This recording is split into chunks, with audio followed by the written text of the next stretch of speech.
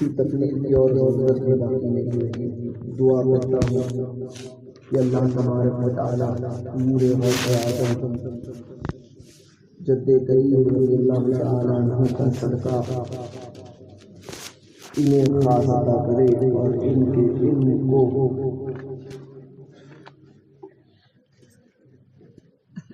غوث پاک کے توسل سے ان کے علم سے اہل سنت و جماعت کو مستفیض فرمائے اور اللہ تبارک و تعالیٰ انہیں غوث پاک کے صدقے میں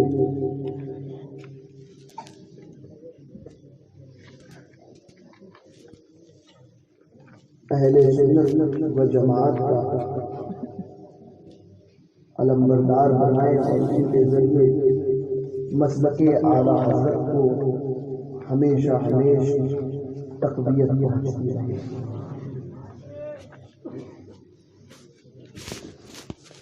اور غوث پاک کے صدقے میں اللہ تبارک و تعالیٰ انہیں اور ان کے اہل خانہ کو شاداب فرمائے۔ بہرکیف جو بیان کرنا تھا وہ مفتی صاحب کر چکے، بس آج 21 سے کل 22 تاریخ کو سیدنا صدیق اکبر رضی اللہ تبارک و تعالیٰ شب وصال ہے، تو آپ حضرات بالخصوص حضرت سیدنا صدیق اکبر رضی اللہ تبارک و تعالیٰ کی فاتحہ اپنے گھروں میں اپنے محلے میں ضرور کرائیں۔ وہ صدیق جو یار غار مصطفیٰ بھی ہیں اور یار مزار مصطفیٰ بھی ہیں۔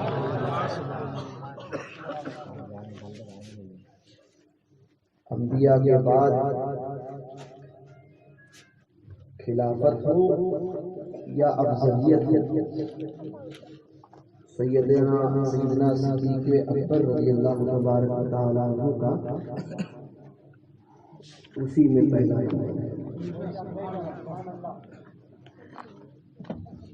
خلافت کی ترتیب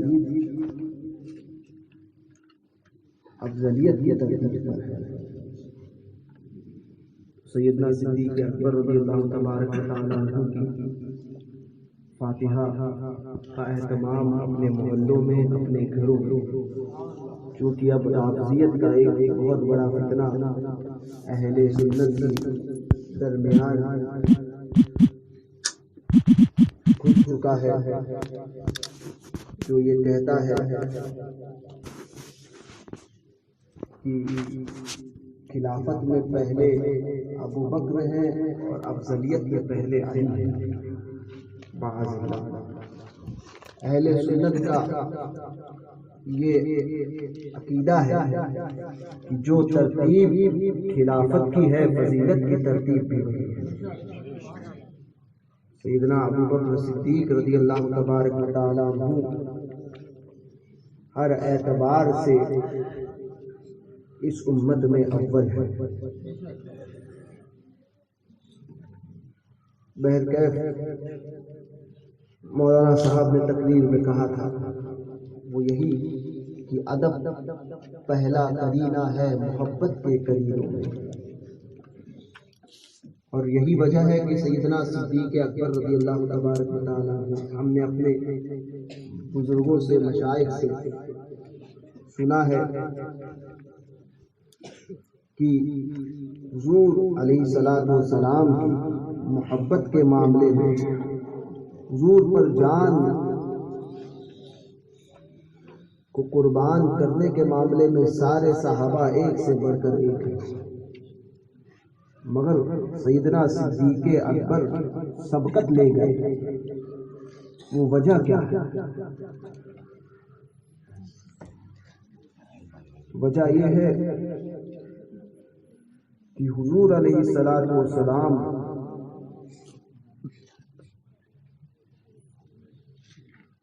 جب چلتے تو اگر حضور کا سایہ نہ تھا، مگر بشری تقاضے کے تحت اگر حضور کا سایہ کہاں ہوتا اگر بشری تقاضے کے تحت اگر ہوتا، ہاں نہیں اگر ہوتا تو وہ دھوپ میں سورج کی روشنی میں کہاں گرتا، کس جگہ پر وہ گرتا؟ سیدنا صدیق اکبر اس جگہ کو چھوڑ کر چل جاتے ہیں۔ یہ ادب سیدنا صدیق اکبر کا، یہ ادب پہلا کرینہ ہے محبت کے کرینوں میں۔ سیدنا صدیق اکبر رضی اللہ تبارک و تعالیٰ عنہ نے بھی یہی درس دیا کہ حضور کی بارگاہ کا اگر قرب پانا چاہتے ہو اور فیض رسول سے مالا مال ہونا چاہتے ہو تو سب سے پہلے ادب کرنا سیکھو۔ حضور غوث اعظم رضی اللہ تبارک و تعالیٰ عنہ کی بارگاہ میں جب آپ کی جوانی کا دور تھا تو ابن سقا، غوث پاک اور شیخ عبداللہ، یہ تین حضرات، ایک بزرگ تھے جو جن کے تعلق سے مشہور تھا کہ یہ غوث وقت ہے، اور یہ اپنی جگہ پر کبھی موجود ہوتے ہیں کبھی غائب ہو جاتے ہیں، اور ان کا بڑا شہرہ تھا۔ انہوں نے یہ کہا ابن سقا نے کہ چلیے ہم چلتے ہیں ان کی زیارت کے لیے۔ غوث پاک بھی ساتھ میں تھے۔ ابن سقا نے یہ کہا کہ میں ان سے ایسا سوال کروں گا کہ دیکھتا ہوں جس کا جواب ہی انہیں نہیں آتا۔ عبداللہ نے کہا میں ان سے ایسا سوال کروں گا دیکھتا ہوں کہ اس کا جواب وہ کیا دیتے ہیں۔ غوث پاک نے فرمایا معاذ اللہ، میں نہ تو ان سے کوئی سوال کروں گا اور نہ ان کو آزمانے کی کوشش کروں گا، میں صرف ان کی زیارت کے لیے جا رہا ہوں، صرف ان کی زیارت کے لیے جا رہا ہوں۔ میں کوئی ان کو آزمانے کی نیت سے نہیں، نہ ان کو پرکھنے کی نیت سے نہیں، صرف اللہ کے ولی کی زیارت کی نیت سے، ان سے فیض پانے کی نیت سے میں ان کو دیکھنے کے لیے جا رہا ہوں۔ آج کل ہماری قوم میں یہ معاملات بڑے ہو گئے ہیں کہ بزرگوں کو ناپا جاتا ہے۔ علماء کے پاس بھی کچھ لوگ آتے ہیں تو ایسے مسائل لے کر آتے ہیں جو جانتے ہیں، لیکن دیکھتے ہیں کہ وہ مولانا صاحب جواب کیا دیتے ہیں، کہ یہ مسئلہ وہ جانتے ہیں یا نہیں جانتے۔ تو یاد رکھنا علماء کو اس طرح سے آزمانا ٹھیک نہیں۔ بزرگوں کی آزمائش، جو چیز نہ جانتے ہو وہ جا کر پوچھو، مگر اگر کچھ فیض پانا چاہتے ہو، علماء کی جماعت تو وہ جماعت ہے کہ سمندر کی مچھلیاں اور سوراخوں میں رہنے والی چونٹیاں تک ان کے لیے دعائیں کرتی ہیں۔ آپ کہیں گے علماء کے لیے یہ خاص کیوں؟ آپ نے دیکھا ہوگا کہ یہ فضیلت علماء کے لیے کیوں آئی؟ تو اس کی وجہ یہ ہے کہ عالم دین جو علماء کو ناپتے ہیں یا علماء کے علم کو کہ عالم دین کیسا ہے اس کو پرکھیں، دیکھو یہ کہ وہ مسلک اعلیٰ حضرت کا وفادار ہے۔ مسلک اعلیٰ حضرت کا جو وفادار عالم ہے وہ ہمارے ساتھ، اس کی تعظیم کرو، اس کی عزت کرو، اور جو مسلک کا نہیں، ظاہر سی بات ہے تیرے غلاموں سے، تیرے دشمن سے کیا رشتہ ہمارا یا رسول اللہ۔ جو مسلک اعلیٰ حضرت کا نہیں وہ صحیح طور صحیح معنوں میں عالم ہوا ہی نہیں، کیونکہ مسلک اعلیٰ حضرت ہے کیا؟ انہیں جانا، انہیں مانا، نہ رکھا غیر سے کام، للہ الحمد میں دنیا سے مسلمان ہے۔ تو علماء کے لیے سمندر کی مچھلیاں تک جو ہے وہ دعائیں کرتی ہیں، دعائیں مغفرت کرتی ہیں۔ کیا وجہ ہے کہ یہ فضیلت علماء کے لیے رکھی گئی؟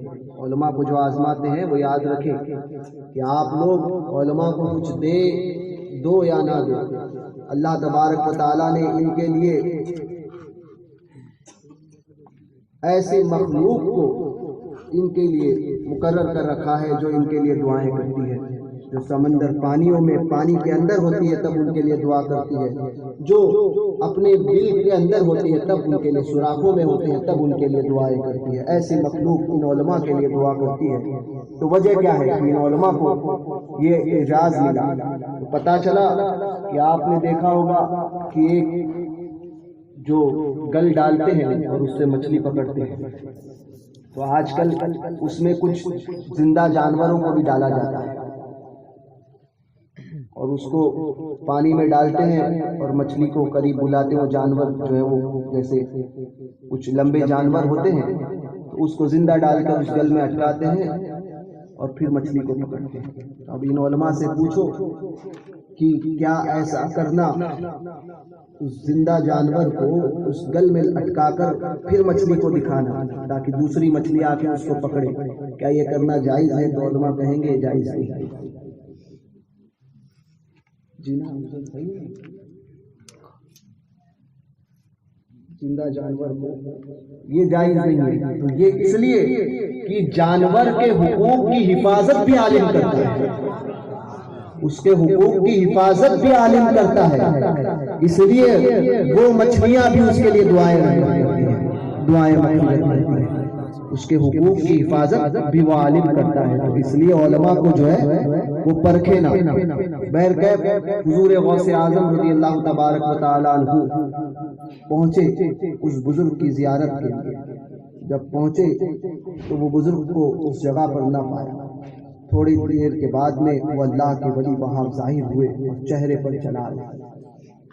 پر جلال تھا، جلال میں ابن سقا کی طرف دیکھا اور فرمایا تو مجھ سے ایسا سوال کرنا چاہتا تھا کہ جس کا جواب میرے پاس نہ تھا، سن تیرا سوال یہ ہے اور اس کا جواب یہ ہے۔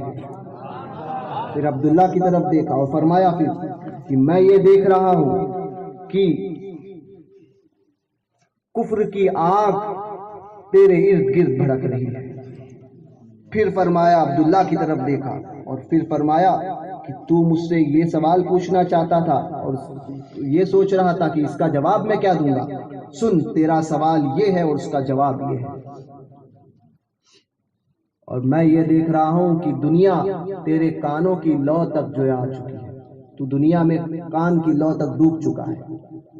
اب حضور غوث پاک کی طرف نگاہ ڈالی، دیکھ کر مسکرائے اور فرمایا کہ عبد القادر، تم نے اپنے ادب کی وجہ سے اللہ اس کے رسول کو راضی کر لیا ہے۔ سبحان اللہ۔ گویا میں یہ دیکھ رہا ہوں کہ ان قریب اپنے پاس بلا کر بٹھایا اور فرمایا میں یہ دیکھ رہا ہوں کہ ان قریب ایک وقت آئے گا کہ بغداد معلیٰ کی سرزمین سے تم منبر پر کھڑے ہو کر یہ اعلان کرو گے کہ میرا یہ قدم تمام اولیاء اللہ کی گردنوں پر، سب اپنی گردنیں جھکائیں گے۔ ایک روایت میں یہ بھی آیا کہ وہ بزرگ نے فرمایا کہ جب وہ وقت آئے تو اس سفید داڑھی والے کو فراموش نہ کرنا۔ عبداللہ کہتے ہیں کہ اس کے بعد ہم چلے گئے، وہ بزرگ غائب ہو گئے، ہم چلے آئے، تینوں اپنے اپنی زندگی میں مشغول۔ تو میں نے دیکھا، میرا حال یہ ہوا کہ مجھے بادشاہ کے یہاں پر ملازمت ملی، وزیر کا کام میرے کاندھوں پر رکھا گیا، اور یہ حال ہوا کہ میں دنیا میں ایسا گر گیا کہ مجھے دوسرے کوئی کام کی فرصت ہی نہ تھی دنیا کے معاملات میں۔ پھر مجھے یاد آیا، میں نے ابن سقا کے تعلق سے پتہ کیا تو پتہ چلا کہ وہ ایک یہودی عورت کے عشق میں مبتلا ہو کر یہودی بن گیا۔ دو باتیں تو اس بزرگ کی سچ ہوئی، تیسری بات جو شیخ عبد القادر جیلانی کے متعلق فرمائی تھی، تو میں نے پتہ کیا تو پتہ چلا کہ بغداد معلیٰ کی سرزمین پر شیخ عبد القادر جیلانی نے وہ اعلان فرما دیا تھا، قدمی حاضی علی رغبتی کل ولی اللہ۔ تو یہ تھا، یہ کیا وجہ ہے؟ یہی ہے ادب، ادب انسان کو ممتاز کرتا ہے. اپنے بزرگوں کا ادب کرو، اپنے سرکاروں کا ادب کرو. حضور صلی اللہ علیہ وسلم کی بارگاہ کا ایسا ادب کرو جیسے عین اللہ کے منشا کے مطابق، جیسے اللہ تبارک و تعالیٰ نے حکم دیا ہے ادب کرنے کا. حضور کا ادب، اور حضور کے ادب کے معاملے میں حضور کے دشمنوں سے کوئی سمجھوتا نہیں. حضور کی محبت کے معاملے میں وہابی، دیوبندی، رافضی، صلح کلیوں سے کوئی رشتہ داری، کوئی معاملہ کبھی نہیں کرنا.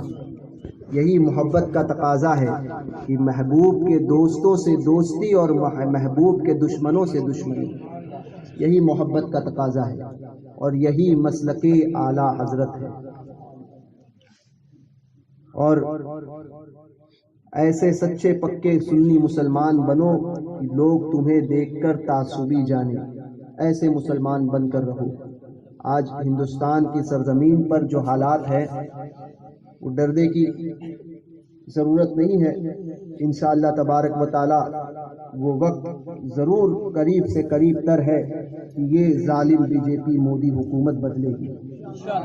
غریب نواز ہی اس کا تختہ پلٹا فرمائے کرتے ہیں، اور انشاءاللہ اس کا تختہ بہت جلد پلٹی ہوگا، اور ایسے ذلیل و رسوا ہوں گے کہ زمانہ دیکھے.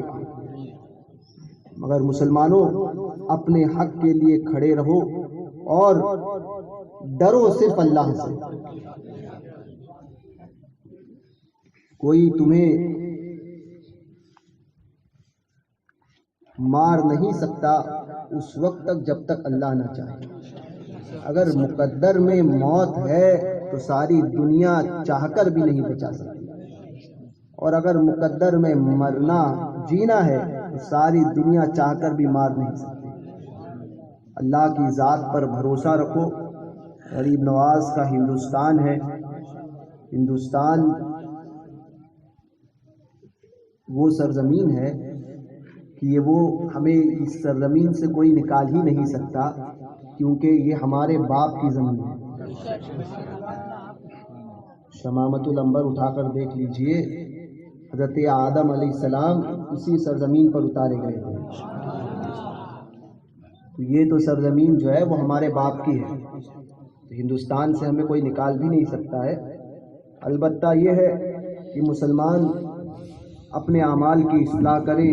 جس دن گستاخ رسولوں کے ساتھ اپنے آپ کو ان کے ساتھ سے مکمل طور پر ہم علیحدہ کر لیں گے اور سچے طور پر حضور کے غلام بن جائیں گے، اس دن ہمارا مقابلہ کوئی نہیں کر سکتا. ہمارا مقابلہ کرنے کے لیے، کیونکہ مردوں کا مقابلہ کرنے کے لیے مرد جیسا جگر ہونا چاہیے. غریب نواز کی شان میں گستاخی کرنے والے بھڑوے جو ہے وہ مردوں کا مقابلہ نہیں کر سکتے. سمجھ گئے؟ ہندوستان کی سرزمین پر غریب نواز کا کھاتے ہو ہے، وہ چاہے کوئی ہندو ہو یا کوئی مسلمان، صدقہ غریب نواز کا مل رہا ہے. اس سے کوئی جو ہے وہ انکار نہیں کر سکتا. تو جس کا کھاتے ہو، اگر اس کی تعریف نہیں کر سکتے نا تو کم از کم اس کی گستاخی کرنا چھوڑ دو اور اس کی گستاخی بھی نہ کرو، ورنہ وہ دن دور نہیں کہ تم پر جو ہے وہ ایسا عذاب آئے گا کہ زمانہ دیکھے گا. اور انشاءاللہ تبارک و تعالی کہیں نہ کہیں اس کی شروعات بھی ہو گئی ہوگی. تو یاد رکھنا، غریب نواز رضی اللہ تبارک و تعالی عنہ، تو مرد بنو، اور مرد وہی ہوتا ہے جس کے دل میں جو عشق مصطفیٰ ہے. جو دل عشق مصطفیٰ سے خالی ہے وہ مرد کا دل کیسے ہو سکتا ہے؟ عاشق رسول ہی وہ جذبہ رکھتا ہے جو دین کے لیے، اپنے رسول کے ناموس کے لیے، اپنے سرکاروں کے لیے، حضور کے اصحاب کے لیے، حضور کے اہل بیت کے لیے اور حضور کے محبوبین کے لیے مرنے اور مارنے کا جذبہ رکھتا ہے. یہ جذبہ اپنے اندر بیدار کرو، کثرت سے درود پاک پڑھا کرو اپنے نبی پر، حضور پر کثرت سے درود پڑھو، اور حضور کے کمالات اور معجزات کو پڑھو، علماء سے اس کو سنو، تاکہ حضور کی محبت بڑھے۔ جب دل میں حضور کی محبت بڑھے گی نا تو خود بخود ان کفار و مشرکین کا خوف تمہارے دلوں سے کم ہوگا۔ یاد رکھنا، اپنے جو قوم اپنے نبی کے لیے کھڑی نہیں ہو سکتی اس کا مر جانا بہتر ہے۔ جو قوم اپنے سرکاروں کے عزت کے تحفظ کے لیے کھڑی نہیں ہو سکتی اس کا مر جانا بہتر ہے۔ اپنے سرکاروں کی عزت کے تحفظ کے لیے اٹھو، ایک بھی اگر اٹھا اور اس نے اپنی جان کو قربان کر دیا اس جذبے کے ساتھ کہ ہم نے اللہ اس کے رسول کی بارگاہ سے اجر پانا ہے اور اللہ اس کا رسول ہم سے راضی ہو جائے، تو سمجھ لیجئے اس کی اور اس کے گھر والوں کی بخشش کے لیے وہ کافی ہو گیا۔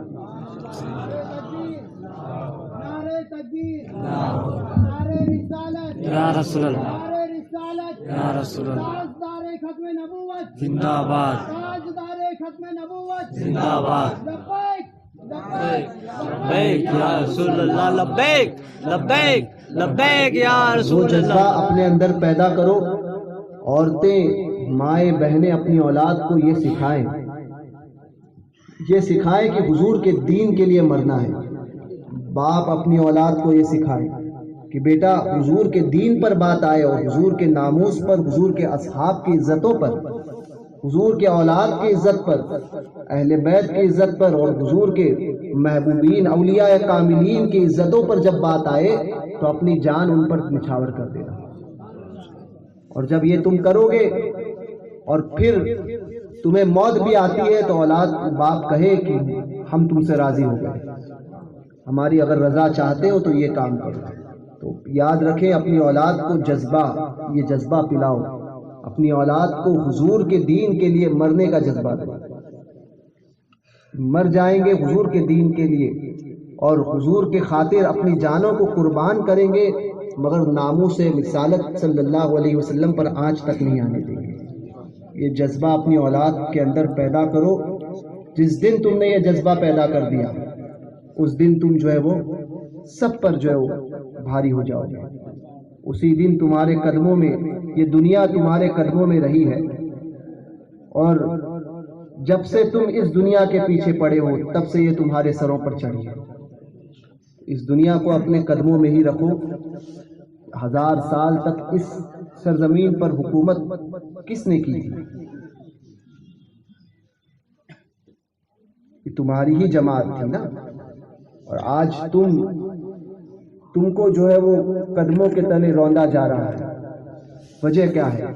یہی وجہ ہے کہ جب تک ہم قدم ناز مصطفیٰ سے، اولیاء کاملین کے قدموں سے قریب تھے اس وقت تک کامیاب تھے، جس وقت ان کے قدموں سے دور ہوئے اس وقت ذلیل ہوئے۔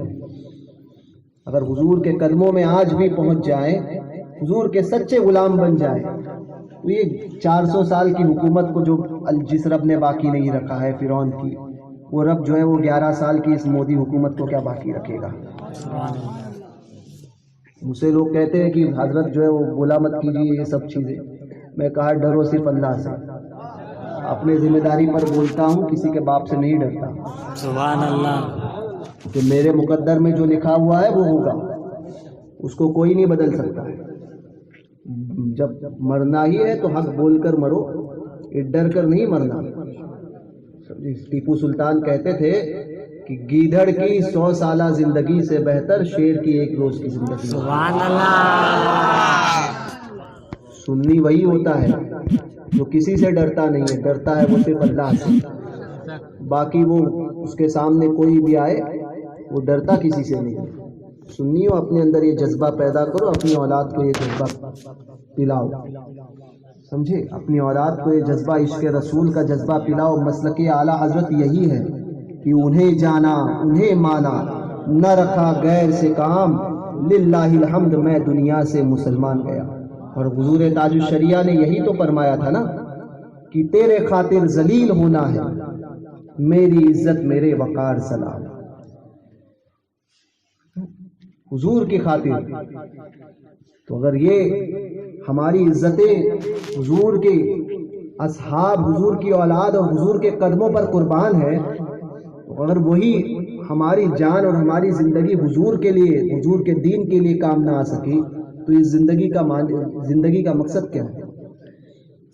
حضور کی یہ زندگی، حضور تاج الشریعہ نے کیا فرمایا تھا کہ زندگی یہ نہیں ہے کسی کے لیے، زندگی ہے نبی کی، نبی کے لیے. جو زندگی ہے وہ حضور علیہ الصلوۃ والسلام کی زندگی ہمیں ملی ہے. حضور کا صدقہ ہے یہ زندگی. یہ زندگی حضور کے لیے ہی ہے. یہ زندگی کا مقصد بناؤ کہ ناموس رسالت کے لیے جینا ہے، ناموس رسالت کے لیے مرنا ہے. اور حکومت ہند بھی ایسے بھڑووں پر پابندی لگائے جو واٹس ایپ اور فیس بک پر جو ہے وہ گستاخیاں کرتی ہوئی نظر آ رہی ہیں. پہلے ان پر پابندی لگاؤ، پھر ہم سے مطالبہ کرنا کہ ہم کہنا بند کریں، پھر کہنا کہ ہم کہنا بند کریں. ہم کسی کو چھیڑتے نہیں، اور سنیوں کو کوئی چھیڑے تو وہ چھوڑتے نہیں. سبحان اللہ. ہم وہ قاری طیب جیسے نہیں ہیں دیوبند کے کہ نسبندی کا حکومت کی سختی آ گئی تو نسبندی جائز ہے کر کے، خسی ہونا جائز ہے کر کے فتویٰ دے دیا. قاری طیب نے کیا فتویٰ دیا تھا؟ دیوبند والوں سے پوچھ لو، ہم دیوبندی نہیں ہیں کہ فتوے بدل دیں. ہم مفتی اعظم کے غلام ہیں جنہوں نے ڈنکے کی چوٹ پر یہ کہا تھا کہ احمد رضا کے بیٹے مصطفیٰ رضا کا فتویٰ نہیں بدلے گا اگرچہ حکومت کو بدلنا پڑے. تو ہم وہ لوگ ہیں جو حکومت کے ڈر سے اپنی باتوں کو تبدیل نہیں کرتے. ہم ان سرکاروں کے غلام ہیں جب 72 بھی تھے تب بھی حق کہا، 313 بھی تھے تب بھی غالب تھے. ہم ان سرکاروں کے غلام ہیں. لہٰذا سنی مسلمان اپنے سرکاروں کی قربانیوں کو دیکھیں، جن سرکاروں نے ہمارے لیے اپنے جان کی، اپنے تمام وقت کی قربانیاں اور ہمارے لیے سب کچھ جو قربان کیا ہے. ان سرکاروں کی بارگاہ کے لیے اگر ہماری عزتیں اور ہماری جانیں قربان نہ ہو سکے تو ہم ان کے غلام کہلانے کے حقدار نہیں ہیں، لائق نہیں ہیں. سنیوں اپنے اندر وہ جذبہ پیدا کرو، سنی صحیح العقیدہ پکے سنی مسلمان بنو، اور ایسے بنو کہ لوگ دیکھ کر کہے کہ یہ سنی ہے، یہ مسلمان ہے، یہ حضور کا غلام ہے، یہ اعلیٰ حضرت کا غلام ہے، یہ مسلک اعلیٰ حضرت کا فرما بردار ہے، اس کا ماننے والا ہے. ایسے بنو. اللہ تبارک و تعالی ہم سب کو کہنے سننے سے زیادہ عمل کی توفیق عطا فرمائے اور مسلک اعلیٰ حضرت میں استقامت نصیب فرمائے. آمین.